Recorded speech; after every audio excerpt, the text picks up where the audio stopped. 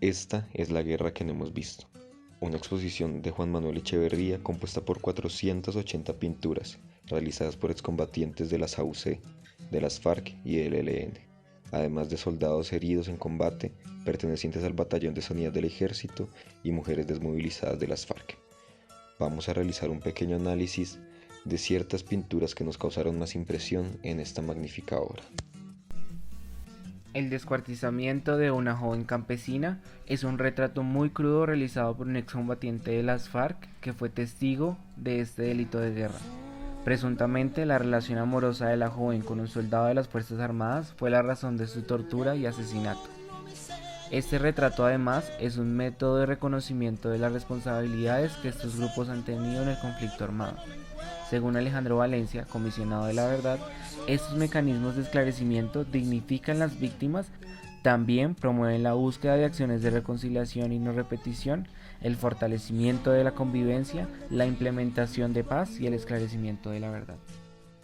Esta pintura tiene como nombre Tiempo de Masacre, pues está inspirada en la historia de un joven excombatiente de las Autodefensas Unidas de Colombia, quien fue reclutado forzosamente con tan solo 18 años de edad.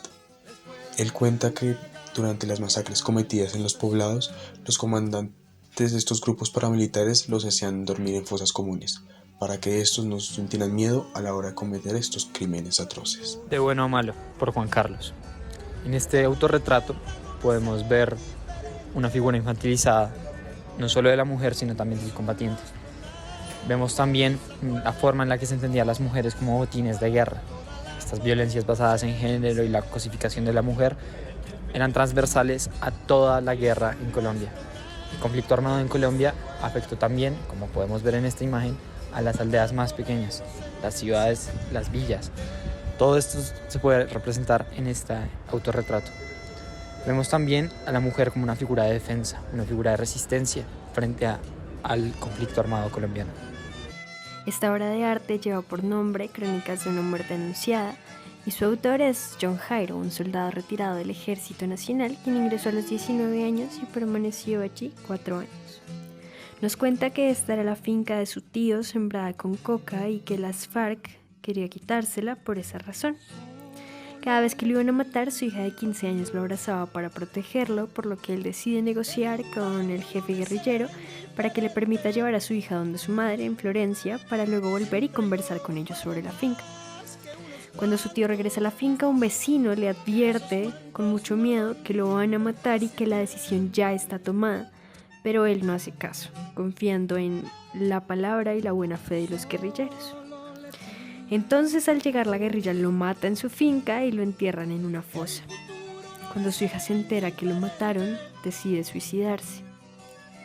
Al tío John Jairo nunca le han podido dar una santa sepultura.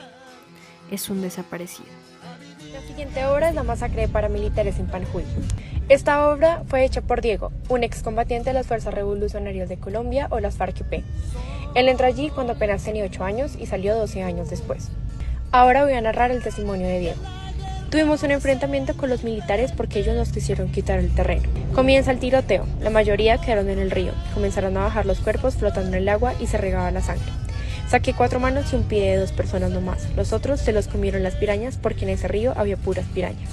Más adentro de Paijú, el Caquetá, queda ese río. Es traicionero, uno no mira a nadie bañándose allí.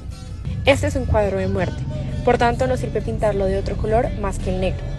Además, podemos observar que el río está cubierto del color rojo, amarillo o naranja, que simboliza la sangre.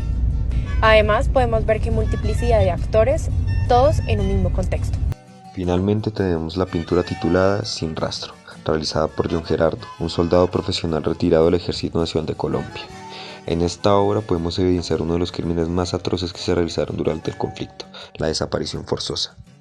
La directora de la unidad de búsquedas, Patricia Tobón, intentó ahondar más en este tema, y aunque su explicación fue en demasía grata, aún quedan muchos misterios sin resolver, como el odio irracional que lleva a querer reducir a nuestro enemigo hasta las cenizas, como la misma idea de que existe un enemigo, como cuáles fueron las razones por las que permitimos que esto pasara y cuánto de esta guerra no hemos visto.